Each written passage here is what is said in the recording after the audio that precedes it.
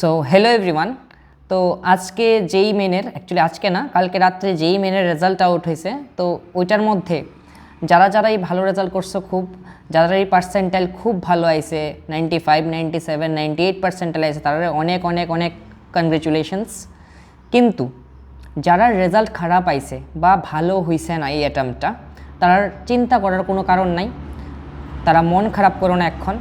কারণ যারা ভালো রেজাল্ট করছো আর যারা খারাপ রেজাল্ট করছো, তারা দুইজনেরই মনে রাখতে লাগবো যে বোর্ড এক্সামে কিন্তু ভালো করতে লাগবো, কারণ বোর্ড এক্সামটা তুমি লাইফে একবারই দিতে পারবা, ঠিক আছে?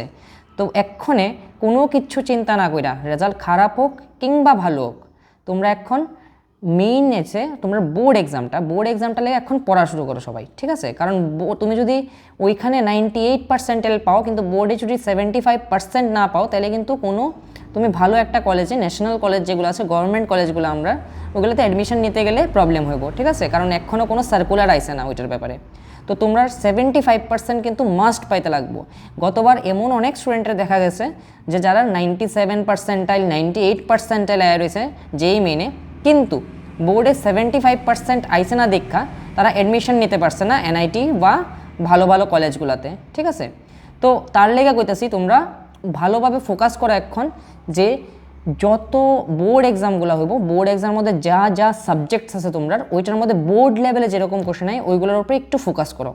তারপরে তোমরা যেই মেন অ্যাটেম্প টু তো আসেই, ওইটারও ভালো করে ফোকাস করতে পারবা। একবার বোর্ড এক্সামটা ভালো হলে তোমরা ওইখান থেকে প্রচণ্ড একটা কনফিডেন্স পাইবা, ঠিক আছে?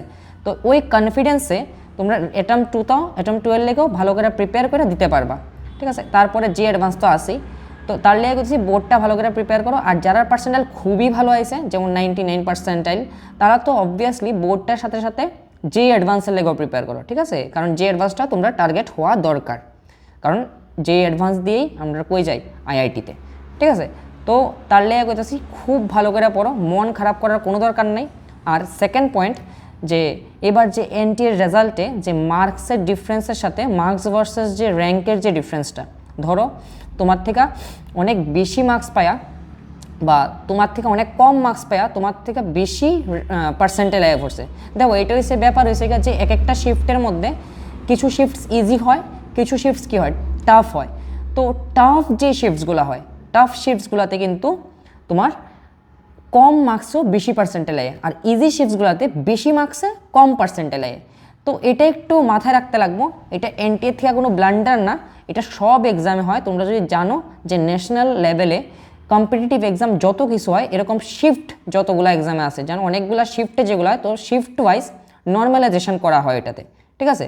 তো তোমরা এটা নিয়ে কোনো চিন্তা করার দরকার নেই। তোমরা বাড়িতে মা বাবার একটু বোঝাও যে এটা তো নর্মালাইজেশনের লেগা এরকম হয়েছে, যে বেশি মার্কস পাইও আমি কম পার্সেন্টেজ পাইছি, কারণ আমার শিফটটা একটু ইজি আসলো, ঠিক আছে? যে আমার বন্ধুর শিফটটা একটু টাফ আসলো, তার লেগে কি ওর কম মার্কসও আমার থেকে বেশি পার্সেন্টেজ লেগে পড়ছে। তো ওই জিনিসটা ক্লিয়ার করো একটু জাস্ট, ঠিক আছে? তো এখন বোর্ডের লেগা ভালো করে প্রিপেয়ার করো, আর যারা খুব ভালো হয়েছে তারা যে অ্যাডভান্সের লেগেও প্রিপেয়ার করতে পারো প্যারালালি, ঠিক আছে? Thank you.